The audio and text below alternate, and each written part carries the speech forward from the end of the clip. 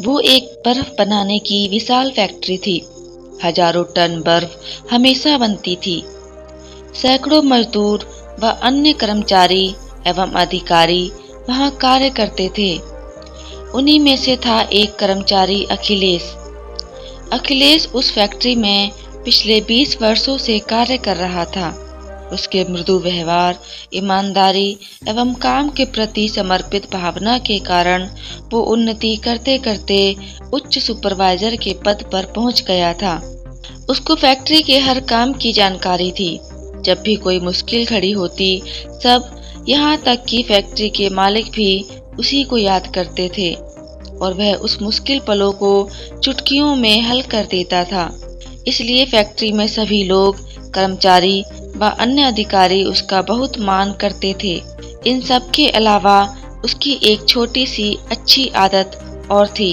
वह जब भी फैक्ट्री में प्रवेश करता, फैक्ट्री के गेट पर तैनात सुरक्षा गार्ड से लेकर सभी अधिनिष्ठ कर्मचारियों से मुस्कुराकर बात करता, उसकी कुशल क्षेम पूछता और फिर अपने कक्ष में जाकर अपने काम में लग जाता। और यही सब वह जब फैक्ट्री का समय समाप्त होने पर घर पर जाते समय करता था। एक दिन फैक्ट्री के मालिक ने अखिलेश को बुलाकर कहा, अखिलेश, एक मल्टीनेशनल कंपनी जो कि आइसक्रीम बनाती है, उसने हमें एक बहुत बड़ा ऑर्डर दिया है और हमें इस ऑर्डर को हर हाल में नियत तिथि तक पूरा करना है ताकि कंपनी की साख और लाभ दोनों में बढ़ोतरी हो तथा और नई मल्टीनेशनल कंपनियां हमारी कंपनी से जुड़ सकें। इस काम को पूरा करने के लिए तुम कुछ भी कर सकते हो, चाहे कर्मचारियों को ओवर टाइम दो, बोनस दो या और नई भर्ती करो, पर ऑर्डर समय पर पूरा कर पार्टी को भिजवाओ। अखिलेश ने कहा, ठीक है, मैं इस ऑर्डर को समय पर पूरा कर दूंगा। मालिक ने मुस्कुराकर अखिलेश से कहा, मुझे तुमसे इसी उत्तर की आशा थी। अखिलेश ने सभी मजदूरों को एकत्रित किया और ऑर्डर मिलने की बात कही और कहा, मित्रों, हमें हर हाल में ये ऑर्डर पूरा करना है। इसके लिए सभी कर्मचारियों को ओवरटाइम बोनस सभी कुछ मिलेगा।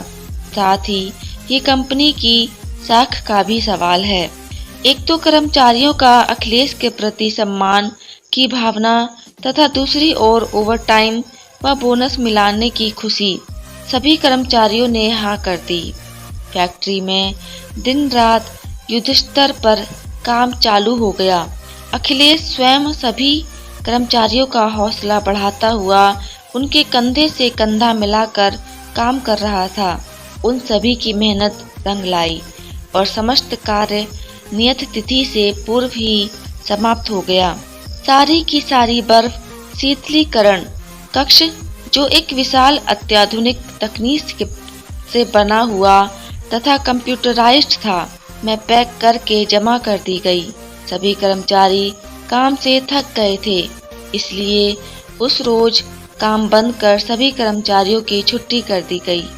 सभी कर्मचारी अपने अपने घर की तरफ प्रस्थान करने लगे। अखिलेश ने सभी कार्य की जांच की और वह भी घर जाने की तैयारी करने लगा। जाते जाते उसने सोचा, चलो एक बार शीतलीकरण कक्ष की भी जांच कर ली जाए कि सारी की सारी बर्फ पैक्ड और सही है कि नहीं। यह सोचकर वह शीतलीकरण कक्ष को खोलकर उसमें प्रवेश कर गया। उसने घूम फिर कर सब चेक किया और सभी कुछ सही पाकर वह जाने को वापस मुड़ा, पर किसी तकनीकी खराबी के कारण शीतलीकरण कक्ष का दरवाजा स्वतः ही बंद हो गया। दरवाजा ऑटोमेटिक था, तभी बाहर से ही खुलता था, इसलिए उसने दरवाजे को जोर जोर से थपथपाया, पर सभी कर्मचारी जा चुके थे। उसकी थपथपाहट का कोई असर नहीं हुआ। उसने दरवाजा खोलने का बहुत कोशिश की, पर सब कुछ बेकार रहा। दरवाजा केवल बाहर से ही खुल सकता था। अखिलेश घबरा गया। उसने और जोर से दरवाजे को पीटा, जोर से चिल्लाया, पर कोई प्रतिक्रिया नहीं हुई। अखिलेश सोचने लगा कि कुछ ही घंटों में शीतलीकरण कक्ष का तापमान 0 डिग्री से भी कम हो जाएगा। ऐसी दशा में मेरा खून का जमना निश्चित है। उसने अपनी मौत नजदीक दिखाई देने लगी। उसने एक बार पुनः दरवाजा खोलने की कोशिश करी, पर सब कुछ व्यर्थ रहा। कक्ष का ताप धीरे धीरे कम होता जा रहा था। अखिलेश का बदन अकड़ने लगा। वो जोर जोर से अपने आप को गर्म करने के लिए भाग दौड़ करने लगा, पर कब तक? आखिर थक कर एक स्थान पर बैठ गया। ताप 0 डिग्री की तरफ बढ़ रहा था। अखिलेश की चेतना शून्य होने लगी। उसने अपने आप को जागृत रखने की बहुत कोशिश की, पर सब निष्फल रहा। ताप के और कम होने पर उसका खून जमने के कगार पर आ गया और अखिलेश की भावना शून्य होने लगी। मौत निश्चित जान वह अचेत होकर वहीं जमीन पर गिर पड़ा। कुछ ही समय पश्चात दरवाजा धीरे से खुला। एक साया अंदर आया। उसने अचेत अखिलेश को उठाया और शीतलीकरण कक्ष से बाहर लाकर लेटाया। उसे गर्म कंबल से ढका और पास ही पड़ा फैक्ट्री के कबाड़ को एकत्रित कर उसमें आग जलाई, ताकि अखिलेश को गर्मी मिल सके और उसका रक्त संचार सुचारू हो सके।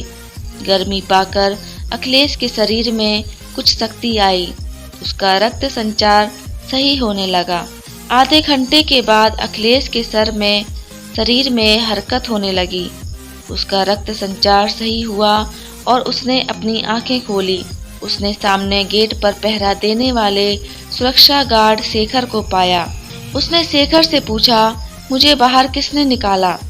और तुम तो गेट पर रहते हो, तुम्हारा तो फैक्ट्री के अंदर कोई कार्य भी नहीं, फिर तुम यहाँ कैसे आए? शेखर ने कहा, सर, मैं एक मामूली सा सुरक्षा गार्ड हूँ। फैक्ट्री में प्रवेश करने वाले प्रत्येक व्यक्ति पर निगाहें रखना तथा सभी कर्मचारियों व अधिकारियों को सैल्यूट करना मेरी ही ड्यूटी है। मेरे अभिवादन पर अधिकतर कोई ध्यान नहीं देता। कभी कभी कोई मुस्कुराकर अपनों से गर्दन हिला देता है, पर सर, एक आप ही ऐसे इंसान हैं जो प्रतिदिन मेरे अभिवादन पर मुस्कुराकर अभिवादन का उत्तर देते थे, साथ ही मेरी कुशल क्षेम भी पूछते थे। आज सुबह भी मैंने आपको अभिवादन किया। आपने मुस्कुराकर मेरे अभिवादन का उत्तर दिया और मेरे हाल चाल पूछे। मुझे मालूम था कि इन दिनों फैक्ट्री में बहुत काम चल रहा है, जो आज समाप्त हो जाएगा, और काम समाप्त भी हो गया। सभी लोग अपने अपने घर जाने लगे। जब सब लोग दरवाजे से निकल गए तो मुझे आपकी याद आई कि रोज आप मेरे से बात करके घर जाते थे, पर आज दिखाई नहीं दिए। मैंने सोचा शायद अंदर काम में लगे होंगे, पर सबके जाने के बाद भी बहुत देर तक आप बाहर आते नहीं दिखे, तो मेरे दिल में कुछ शंकाएं उत्पन्न हुई, क्योंकि फैक्ट्री के जाने आने का यही एकमात्र रास्ता है।